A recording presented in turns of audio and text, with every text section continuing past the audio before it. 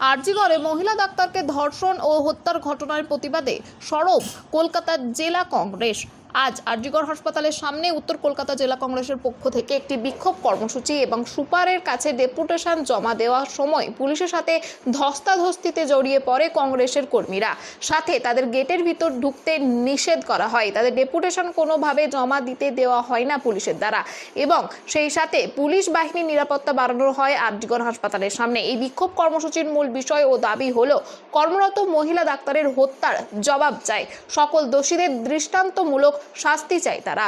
রাজ্যে যেভাবে নারী নির্যাতনের ঘটনা সামনে আসছে তাতে এই রাজ্যের নারীরা অসুরক্ষিত, অথচ এই রাজ্যের মুখ্যমন্ত্রী নিজেই একজন নারী, তারপরও পুলিশের নিরাপত্তা নেই। একের পর এক নারী নির্যাতন ও ধর্ষণের হত্যার ঘটনা ঘটেই চলেছে। এই অপরাধগুলি অবিলম্বে বন্ধ করতে হবে। যারা এই অপরাধে সামিল হচ্ছেন বা তাদেরকে কঠোর শাস্তির দাবি জানিয়েছেন তারা। তার এই প্রতিবাদ আজকের এই বিক্ষোভের কর্মসূচি।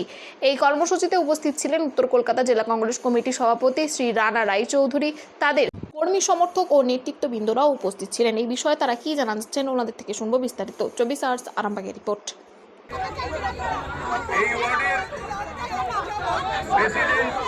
মোহাম্মদ কলিমকে বলবো, আপনি এখানে প্রতিবাদ মুখর বক্তব্য রাখুন।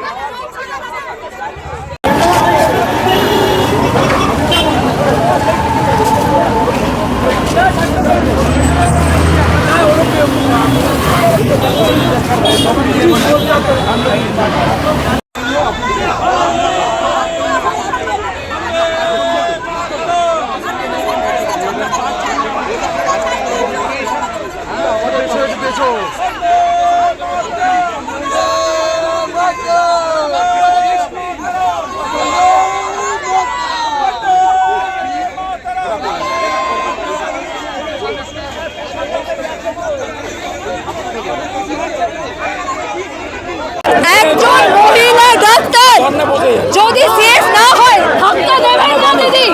যদি একজন মহিলা ডাক্তার সেফ না থাকে তাহলে কে সেফ এই রাজ্যে? আমরা চাই, এখানে সিসিটিভি ছিল না, বহিরাগত মানুষের অ্যাক্সেস কি করে হলো? আমরা উত্তর চাই, উত্তর চাই।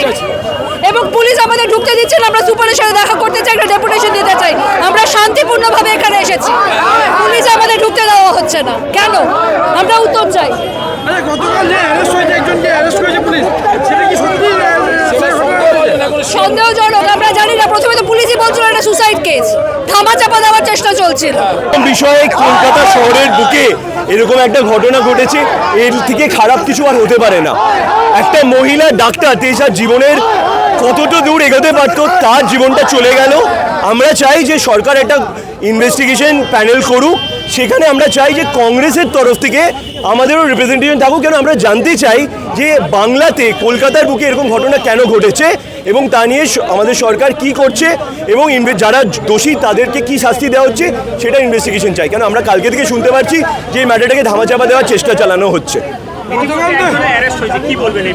না না, সেটা আমি কি বলি, ইনভেস্টিগেশনে কি হচ্ছে আমরা বাইরে থেকে কি করে বলতে পারি?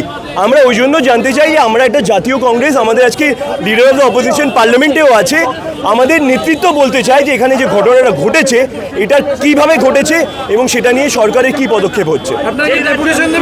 হ্যাঁ, আমরা একটা ডেপুটেশন দিতে চাইছি এই সুপারকে, যেখানে আছেন যে আমাদের তরফ থেকে যেন ইনভেস্টিগেশন প্যানেলে আমাদের রিপ্রেজেন্টেশন থাকে। আমরাও জানতে চাই যে কি ঘটেছে। যে রাজ্যের মুখ্যমন্ত্রী কি অভিযোগ?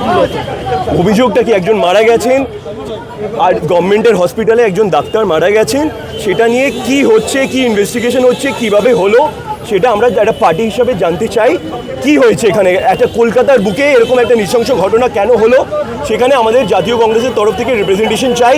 যে আমরাও জানতে চাই কেন আমাদের যে সর্বভারতীয় নেতৃত্ব রাহুল গান্ধী যে এই লড়াইগুলো লড়ছে সারা ভারতবর্ষে, প্রিয়াঙ্কাজি যে লড়াইগুলো লড়ছে, আমরা উত্তরপ্রদেশেও লড়েছি।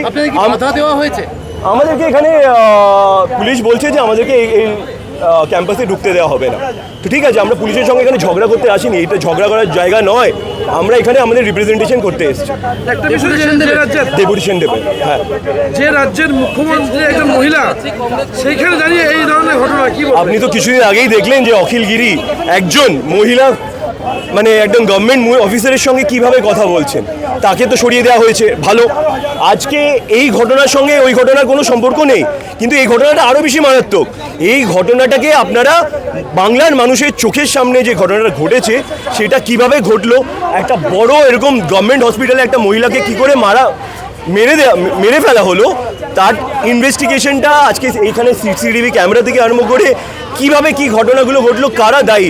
আমরা শুনতে পেরেছি সংবাদ মাধ্যমের কাছ থেকে যে যাকে অ্যারেস্ট করা হয়েছে তিনি এখানকার কোনো এমপ্লয়ি নন, তিনি কিভাবে অ্যাক্সেস পাচ্ছেন, আজকে আমরা ঢুকতে পারছি না। ভালো কথা, যে এমপ্লয়ি নন যাকে পুলিশ অ্যারেস্ট করেছে সে কি করে ঢুকলো, এটা আমাদের একটা প্রশ্ন থেকে যাচ্ছে।